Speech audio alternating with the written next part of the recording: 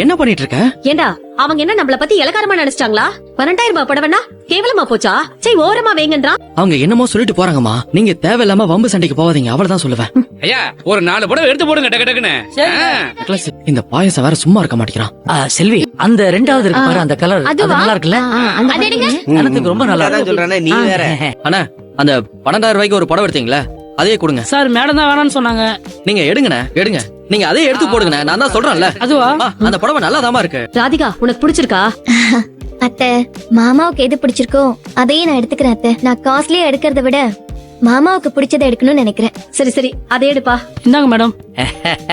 மாமா யாருக்கு எப்படி மாமா?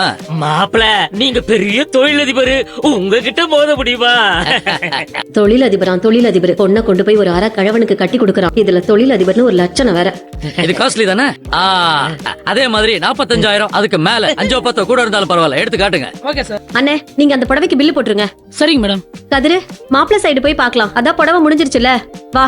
சரிம்மா. அத்தை, வா காசை ராதிகா. பத்தி எல்லாம் ஒண்ணும் கவலைப்படாது, எவ்வளவு இருந்தாலும் எடுங்க. வாடா போங்க. அண்ணே அதை அப்படியே கொடுத்து விட்டுருங்கண்ணே. பில் சரிங்க மேடம். கொடுத்துருங்க. கதிரு நீ வா. ஏய் கதிரேசா, பாரு. வாயா வாயா, ஒரு 50,000 ரூபாய்க்கு மேல வேட்டி சட்டை எடுப்போம், வாயா.